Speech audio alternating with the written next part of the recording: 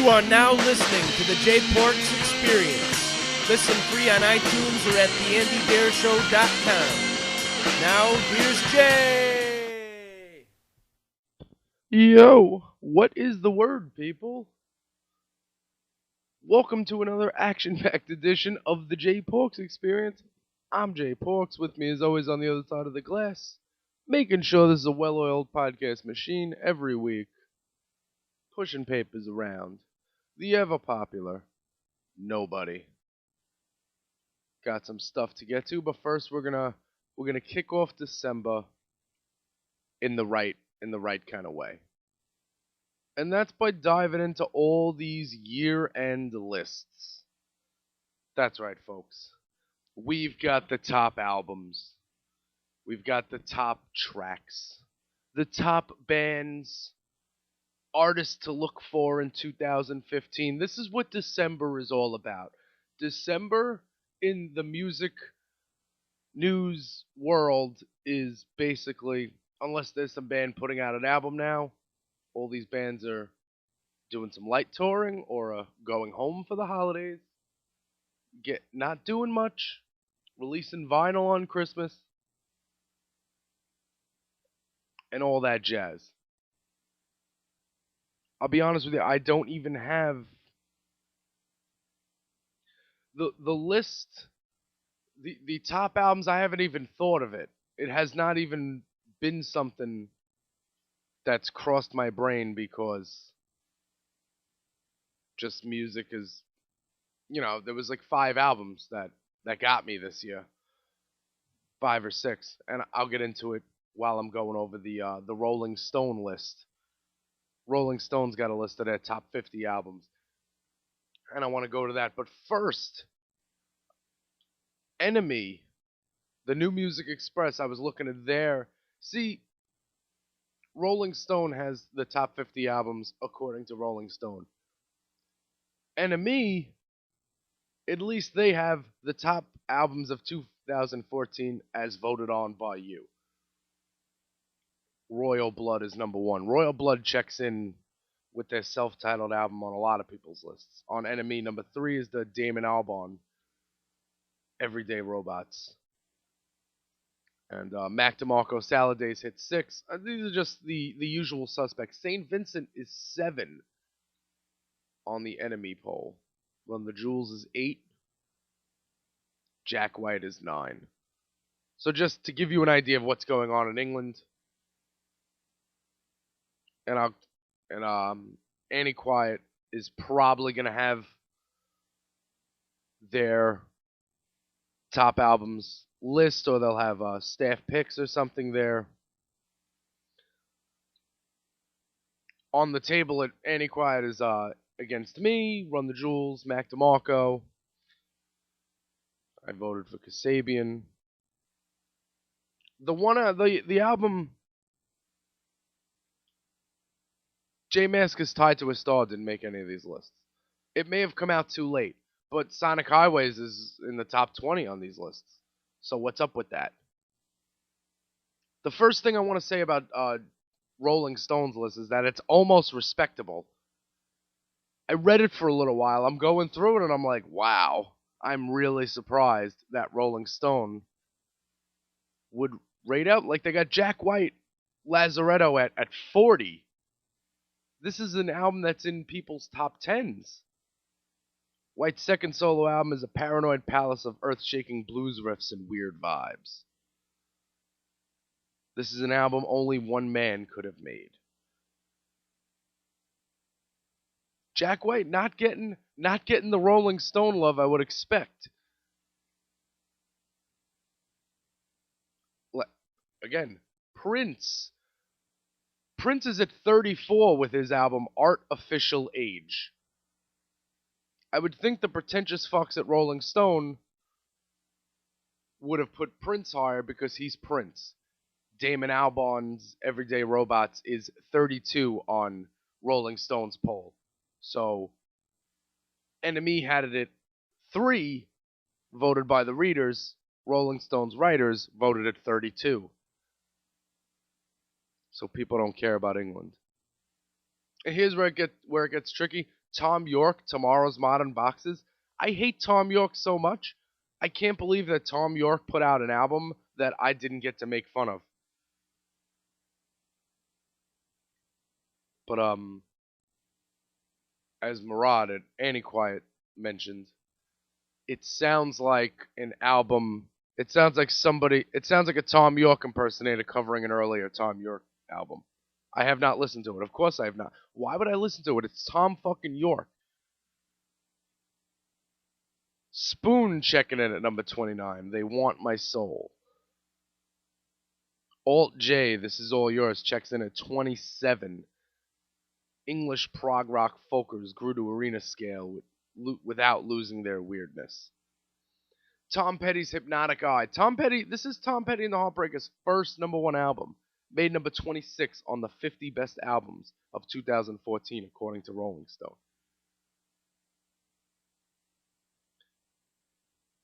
Leonard Cohen, Popular Problems, number 24. Again, I didn't hear it. That's probably on the list more for the name. And when you have Skrillex at 22 on any of your lists, that's when you're disregarded as being real. Sharon Von Eaton, Jackson Brown at number 19. Jenny Lewis, The Voyager. I didn't think Jenny Lewis would make the Rolling Stone list. Again, this list isn't so bad until they got Against Me at 15. That's not bad considering this album came out early in the year, considering that their frontman changed to a front woman to put out the 15th best album according to Rolling Stone isn't bad at all, and I would think that right now, this Against Me album, out of all the albums I've mentioned on this Rolling Stone list, Against Me is my favorite. Weezer, Everything Will Be Alright at the End, 14. This is the Rolling Stone hype machine at it again. I'm not saying that this is a bad album. I've listened to it a few times. I like it. I'm the usual Weezer apologist, but no other publication is putting Weezer in their top albums list because it came out a little. Not that it came out late. Well, it did come out late. It came out so late that how can it be number 14? It's not like this epic masterpiece of, proportions that no one could have ever imagined. It's a Weezer album that's not bad. It's a Weezer album that you don't hate. I found myself in the past enjoying Weezer tracks, even from their lesser albums. Everything Will Be Alright in the End, number 14. I don't think so. And then Foo Fighters' Sonic Highways, number 12. How is that even possible? How can an album that came out, a month ago? 6 weeks ago? It's already almost cracking the top 10 on the biggest music publication in America? In the world, perhaps? Flying Lotus, you're dead. Flying Lotus is making a lot of lists. I haven't heard the album. Taylor Swift, 1989. Now, with all due respect, my buddy Reverend Justino says that this is a good album. I'm gonna have to not take his word for it and not listen to it and just, I'll read the caption here. America's sweetheart has been writing perfect pop tunes since the day she hit Nashville. Yet it is still a detectable shock. A delectable shock to hear her ditch the banjos for an album of expert top 40 gloss. Like Dylan going electric, except with more songs about Harry Styles. If I didn't want to kill myself with the state of music, I now do, after reading that Taylor Swift's new album is like Dylan going electric, except with songs about Harry Styles. I can't believe I know who Harry Styles is. And that's all I'll say about that. Mac DeMarco Salad Days. This did big on Annie Quiet this year. 24-year-old Canadian singer-guitarist's second album. A warm, polished set of sun-drenched folk rock jams. Feels like it could have been used, could have been lost. It could have been a lost used vinyl bin treasure from the 70s. DeMarco challenges Harry Nilsson, the Beach Boys, Steely Dan, and the Beatles, but the offbeat stoner vibes are all him. Offbeat stoner vibes sound good. Run the Jewels 2 is Rolling Stone's 8th best album of the year, and I love that some good hip hop is representing these lists. I'm very glad that that's happening. As you know, and listen, I have not, I will say this, I have not been bumping Run the Jewels every day. That's not something I've been doing. But when I hear tracks from it, I like it. I listen, I hear it on Spotify all the time. Good times. It's good, solid hip hop. Killer Mike and LP. And Killer Mike is all over CNN with the Ferguson coverage.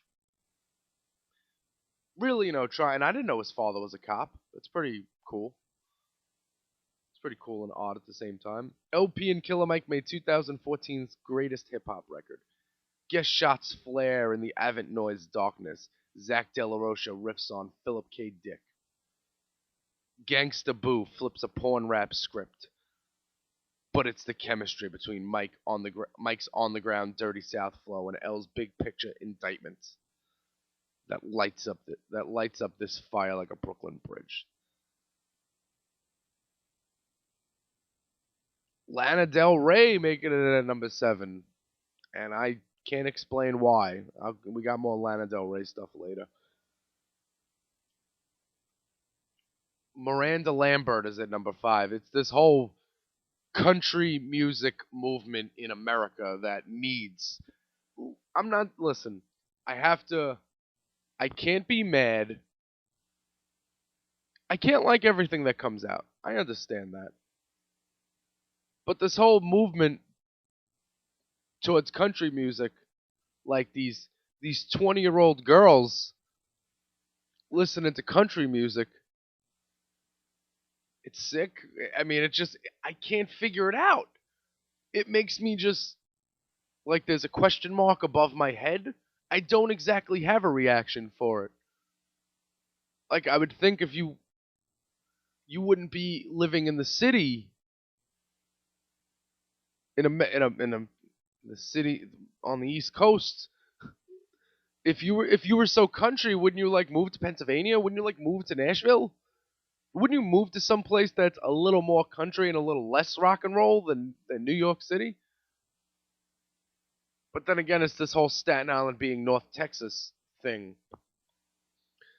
What they call it, like what Rolling Stone called the Eric Church album, it's bro country. Ugh. Facepalm. It's a country bro down. St. Vincent number 4. I should listen to the St. Vincent album. I hear it's amazing. The Black Keys Turn Blue. Remember earlier in the year when Jack White put out Lazaretto, and then Jack White, there was a working list of things Jack White hates, and one of them was the Black Keys, and he talked about how the Black Keys have these riffs that end up in commercials that they sound like they're biting off him, and then he kind of retracted the statement. Well, the Black Keys are number 3. The Black Keys landed 37 spots above Jack White, and you go back to the tape. Please go back to the tape. I don't even remember what episode it was. But I said Black Keys turn. I might have been reading the working list of things Jack White hates. I said Black Keys Turn Blue might be better than Jack White's Lazaretto. I said I'm just going to put it out there that I like it better. Both good albums. I don't think they were 37 spots apart good albums. But that's pretty. So Rolling Stone had Jack White on speed dial earlier this year, getting all these quotes from him, and then they only put him at number 40. Good for them. And then what Rolling Stone did was they compacted a list that kind of with every with every number, with every selection, you said to yourself, oh man, this list has hopes. They're drawing me in. They're drawing me in. And then Bruce Springsteen's album, High Hopes, hits number 2. And then the number one album, according to Rolling Stone this year, is U2, Songs of Innocence. Now, I just gotta say, I don't even know how that can qualify for album of the year. It wasn't even for sale. It was an album that the band forced upon you by partnering up with their chairman billionaire friends, and they put this album on your phone. How can this even be how can it even be up for debate that this could be the number one album? There was no bigger album of 2014 in terms of surprise, generosity, and controversy. Just because something's controversial doesn't make it a good album. In that case, Death Grips would be the best band ever to walk the earth. Bono, The Edge, Adam Clayton, and Larry Mullen Jr. put their lives on the line, giving away 11 songs of guitar rapture and frank, emotional tales of how they became a band out of the rough streets and spiritual ferment of 70s Dublin. Come on. They put their lives on the line. What? They'd be on the street if this album didn't make money? Didn't they get like $100 million from Apple to do this? I'm not saying it's a bad album. I've made a point to not listen to that album because they tried to force it on me for free. Fuck you. Take your album, shove it somewhere. Funny, it didn't make the enemy list. It didn't make England's list as voted on by you. Why is that? Beats the fuck out of me. So you're gonna get all your lists. You're gonna get all your lists of year-end best albums, best tracks, best bands, best live acts, which that's a stupid fucking category to even have. Best live acts? What does that mean? The acts that went on tour that played the songs that you wanted to hear? What exactly does it mean to be the best live act? I would give you some examples, but I'm not clicking these websites fucking headlines and giving them another dollar when I accidentally click on the fucking pop-up that invades the screen when I'm trying to see if Jay Mascis is mentioned anywhere in these lists. For Jay Mascis not to be on a year-end list is fucking stupid.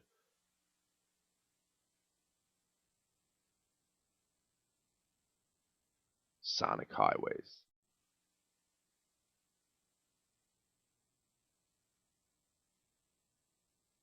Anyway, so there's I gave you the cliff notes of Rolling Stone's year-end list. Rolling Stone being the big music website, I figured they're the ones that you'd want to hear it from. And I just want to, journalism's alive and well in America. Switching gears really quick. Likes.com has an article titled Reasons Why Girls Don't Give Blowjobs. I'm not making it up. And it's not an in-depth think piece. It's one sentence and a picture of worms in a basket for every... It's one sentence plus, like, pictures. One sentence for each of the 9 reasons. The 9 dumb reasons. Why? I only clicked this because I thought I didn't have anything until I realized the Rolling Stone list. Like, this is what I was leading with this up until about yesterday. I was going to lead with the headline of Why Women Don't Give Blowjobs. I actually saw this. A girl I follow shared this, retweeted it with the caption, Speak for yourself, which gained points in my heart. Can I just say something? What girls aren't giving blowjobs? I mean, I don't want to seem like a spoiled kind of guy here, but I've never said to myself, "Damn, I wish this girl gave blowjobs." What exactly do you mean by give blowjobs? Do you mean like in the bedroom, like in when you're on your way to sex? That usually happens. I've never been in a spot where I've expected to get a blowjob and I haven't gotten a blowjob. All the girls I've gone out with were normal. What girls aren't giving blowjobs? You're not giving blowjobs? Blowjobs are going out of style? And if that's you're right, we're writing articles about it?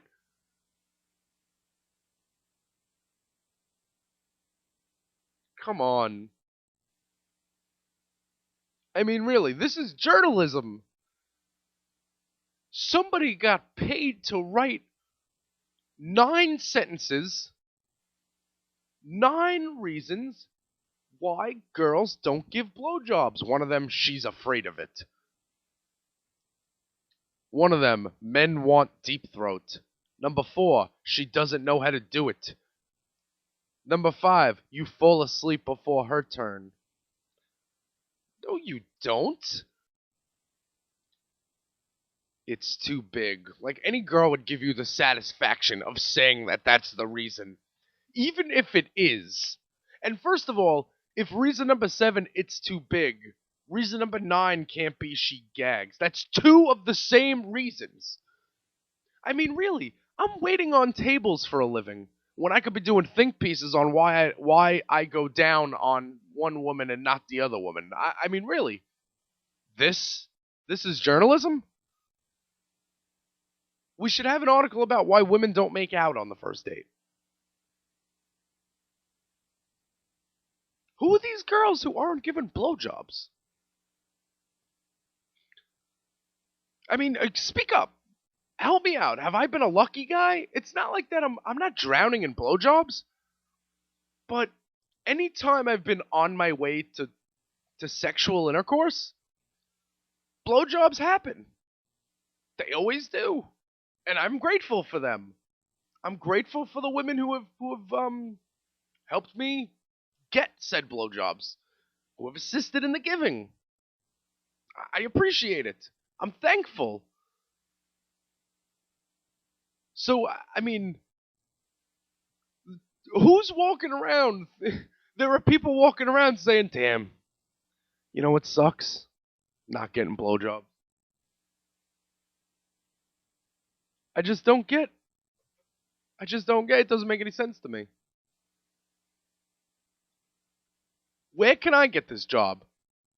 Can I give you 9 reasons to give your man or guy you're sleeping with a blowjob? Come on. Don't give blowjobs. The next thinks it's not ladylike. That's reason number 10. Oh, I'm sorry. There were 10 reasons, not 9. There were 10. Well, I just want to get to another. What's the next article on this website? Just so we can get an idea of what we're dealing with here. Oh, you can't. Oh, there you go. Here we go. Life tips you need to know. Did you know you can fix a scratched DVD with a banana? Did you know that? Disgusting ingredients you're eating right now. Before and after makeup celebs, good, bad, and ugly. Hilarious bad breakup texts. Hidden Disney characters in Disney movies. Why you should never drink bottled water. Selfie fails. What the fuck tattoos? Cutest animals you've never heard of. That's just a handful of the hard-hitting, in-depth journalism you can get at likes.com. So, for all those women that don't give blowjobs, you found your new news outlet. You found your new news source. We'll get to some headlines back after this. Hey everybody, this is Andy from the Andy Dare Show, and just want to thank you for checking out the J Porks Experience and all the fine broadcasting we offer here at Dare Network. Follow Jay at JPorks on Twitter. Check him out on the internet, jporks.com, and at Instagram, jporks. And if you want to check out my little podcast network, check out andydare.com and follow us on Twitter at Dare Network. That's DERER Network. Thanks again for listening. And back to the show. And we're back. So, it's a hard life, when you're not getting blowjobs. All right. Let's get to the list of websites you need to go to help keep me in business. First, we have concertconfessions.com. That's for all your live music news and reviews for the fans, by the fans. Same stuff as last week, still going on. Motley Crue and Alice Cooper hit Spokane Arena in Spokane. Elektra hit the House of Blues in Hollywood, California. We've also got ChristinaRocks.com, Hang the DJ, 89xradio.com every Sunday morning for the Time Warp. Throwback Thursday, throwing it back like it's Thursday, except on Sundays. Sunday mornings, 89xradio.com, 8 to noon. Check her out. Here's songs like Joe Jackson, Is She Really Going Out With Him? Is she really gonna take him home tonight? Hear the Replacements, Play Unsatisfied. You can hear the Stooges, I Wanna Be Your Dog. You can hear L7, Pretend We're Dead. Beck, all that and more at 89xradio.com from 8 to noon. Jesus H. From 8 to noon every Sunday morning.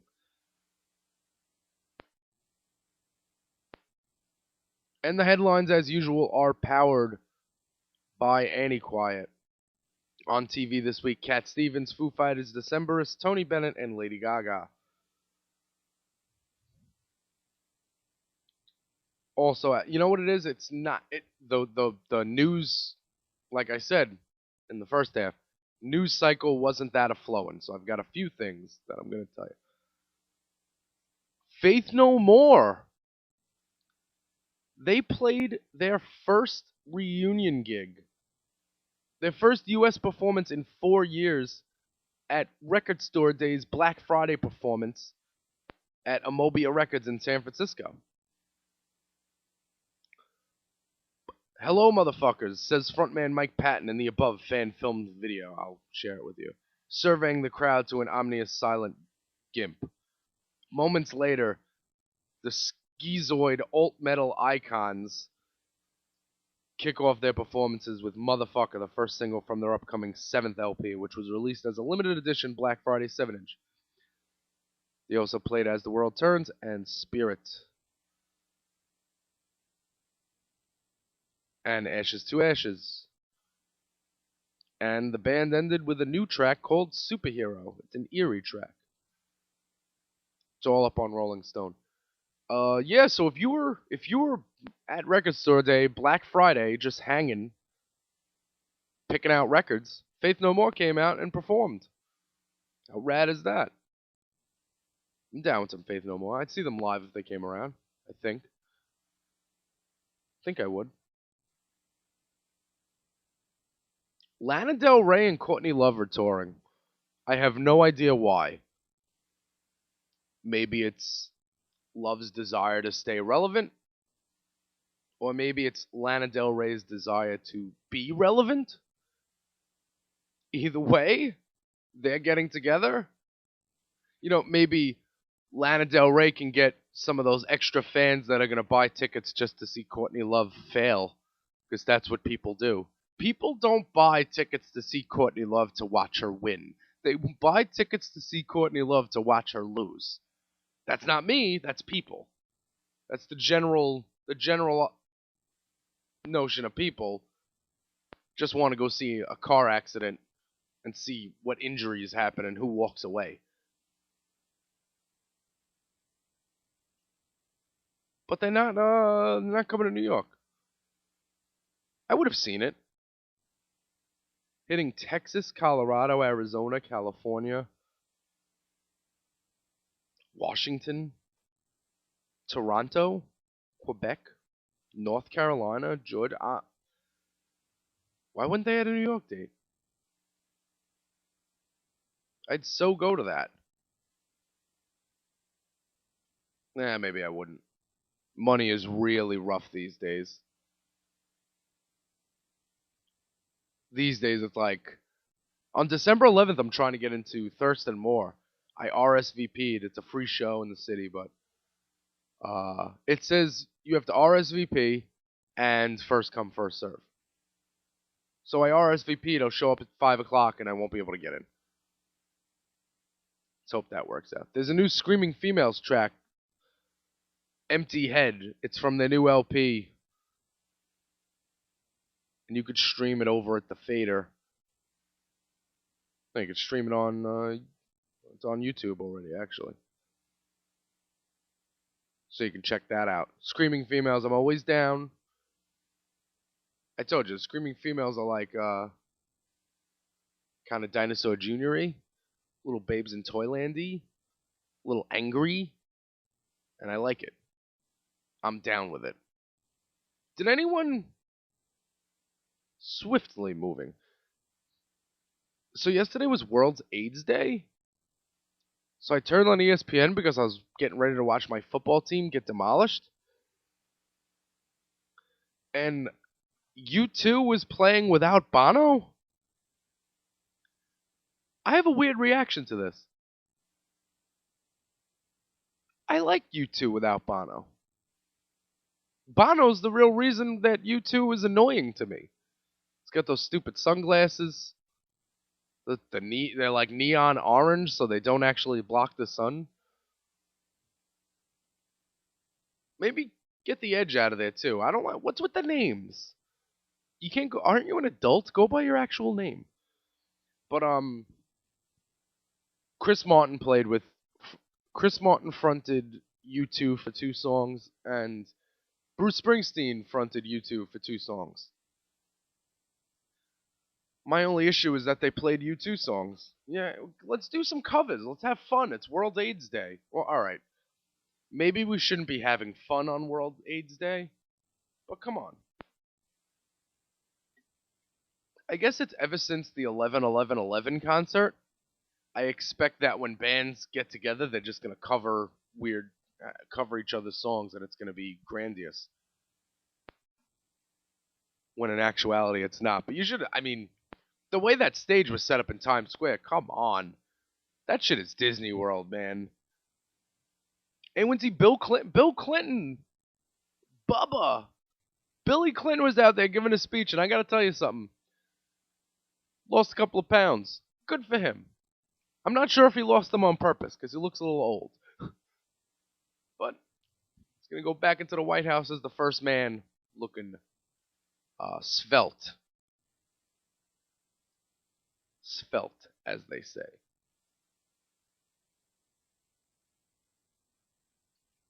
So where I don't even. They played With or Without You, Where the Streets Have No Name.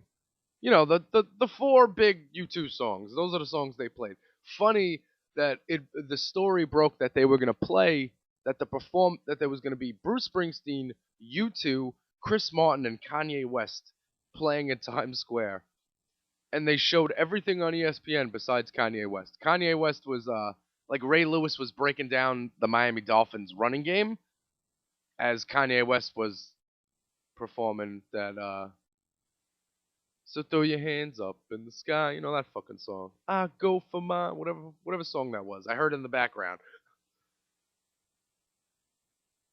I would think Kanye West is ESPN's target audience, not U2, or as it's being dubbed, U2 -1. Wouldn't it be U1? This song goes out to Bono. And why isn't Bruce Springsteen playing guitar? I gotta tell. I mean, I don't want to see Bruce Springsteen not playing guitar. Come on, bust it out. Where's Max Weinberg? Where's the E Street Band? How do you have the #2 album of the year according to Rolling Stone? I don't even remember that album coming out. Because I remember the last Bruce Springsteen album. I remember Andy telling me that he liked it. Or was that this one? Was that this year? It's been a long year. It's been a long year. A long, hard year. Speaking of, I mean, we'll eventually get to my year-end podcast with my top. With my top something? I usually do a top concerts, like a top 10 concerts or top 5 concerts. I think I went to 8 shows this year. So, and 1, 2, 3. 3 of them were the Beat Puppets. 4 of them were the Beat Puppets. 3 of them? 3. 4? I don't know. I gotta count.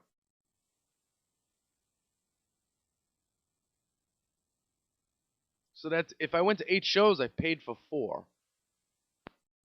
Because I got into Foxy for free. I don't know. I don't know what. You can hit me up. Hit me up at jporks on Twitter. Or send me an email, jporks@gmail. Whatever you want to do. However is easier to get in touch with me. Hit me up on Facebook. Be my friend. I don't care. Just anything to get you. Text me. If you have an iPhone, you can still text me. My phone is off.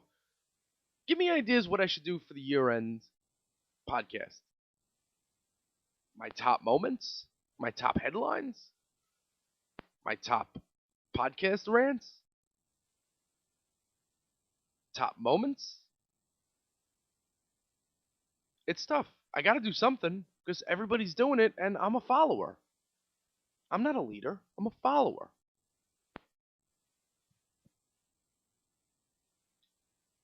So I need an idea what to do for the year-end show. In 2 weeks we have my birthday. So that's probably when I'm going to do it. And because that'll probably, yes, that will most definitely be the last podcast of the year. Because then we'll go into our Christmas break.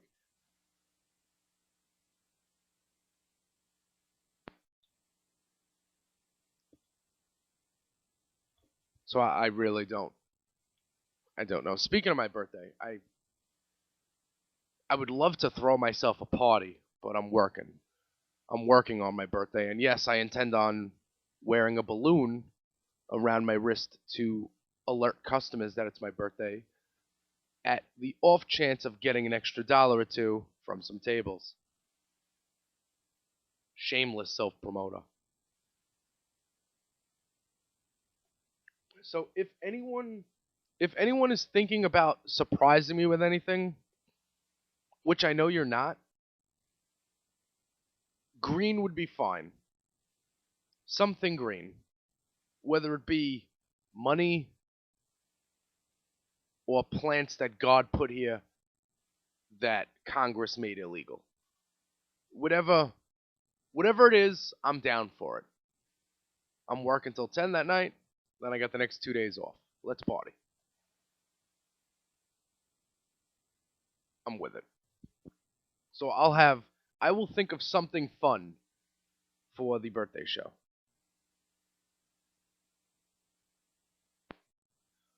Top 5 live acts. So I just clicked on a list. I want to just see who the #1 live act is of 2014 according to pretentious music website A. Dark Side? I've never even heard of Dark Side.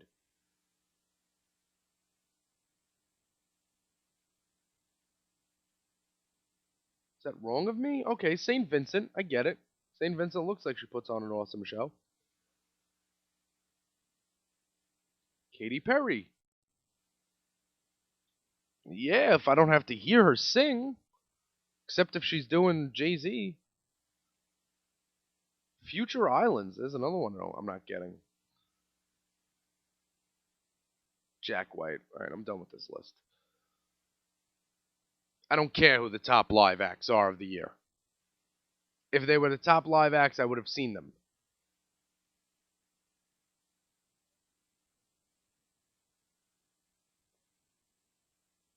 So that's what we got. And we've got legal pot cutting into Mexican drug cartels. According to NPR, you know, the news website where they talk like this and they get really close to the microphone and they talk really serious and you can hear every little breath that they take. And then when they ask Bill Cosby if he raped women, Bill Cosby says, and then the guy says, "Can I please ask you again? Because it's my job, I'm a journalist. Did you rape those women?" And Bill Cosby says, because Bill Cosby is silent, and he's not addressing these issues, even though in 1969 he has a comedy track on his album titled Spanish Fly, in which he talks about Spanish Fly and drugging women. But hey, it's a different strokes for different folks, as they say, right? Anyway, NPR says that Made in America marijuana is on a roll. More than half the states have now voted to permit pot for recreational or medical use. Most recently, Oregon and Alaska. That number also includes the District of Columbia. As a result, Americans appear to be buying more domestic marijuana, which in turn is undercutting growers and cartels in Mexico. 2 or 3 years ago, 2.2 pounds of marijuana was worth $60 to $90 in Mexico, says a 24-year-old pot grower. But now they're paying $30 to $40. That's a big difference. If the U.S. continues to legalize pot, they'll run us into the ground. You can just move here and do that job. Why is this? Why? Why should I feel bad for Mexican drug cartels? Isn't the definition of a drug cartel somebody who's procuring drugs, breaking the law, and being a piece of human garbage? I mean, people come from Mexico to America to be a dishwasher. You can't go from Mexico to Oregon and grow weed. If you were doing it in Mexico, it's already on your resume. And let's say this. 2.2 pounds was $90. Where was I? Where was I? I can't get an ounce for $90. 2.2 pounds? I'm supposed to feel bad for this 24-year-old boy in Mexico whose boss is pissed off that Americans are procuring domestic marijuana. I don't feel bad. I don't feel bad that the nephew's cousin of Pablo Escobar is having a hard time. That doesn't make me feel bad at all. I'm sure they'll be able to survive selling heroin and cocaine and illegal guns to America very successfully. I'm sure they don't need to grow the plants. I need some more domestic marijuana. You kidding me?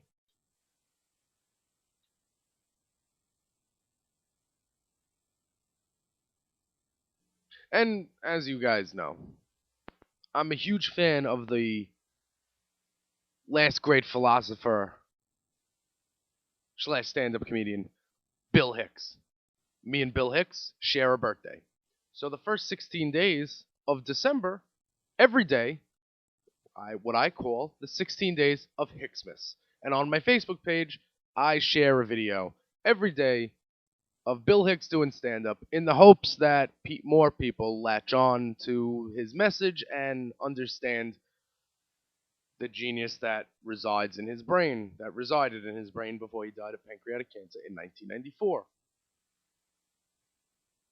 Yesterday I shared Bill Hicks' Dinosaurs. Dinosaur fossils were placed here because, they were put here to test our faith. And you can check out his views on that. He's a very funny guy. And no, Alex Jones is not Bill Hicks. You may read an article that Alex Jones is actually Bill Hicks. He is not. But Bill Hicks, me and him share a birthday. He and I share a birthday. Great philosopher, musician, stand-up comic. Really makes me think I can get on stage and start screaming at people for no reason. Which I would love to.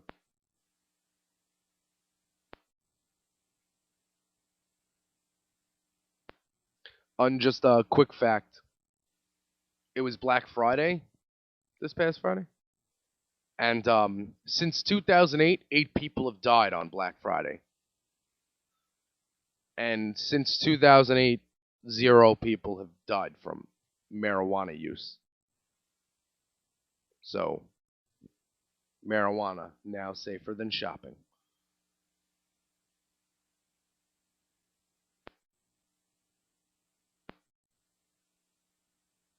So there's that. World AIDS Day. I don't have to worry about that because in order to be in risk of AIDS, you need to have some sort of sexual intercourse or sexual contact, and that's not happening with me these days.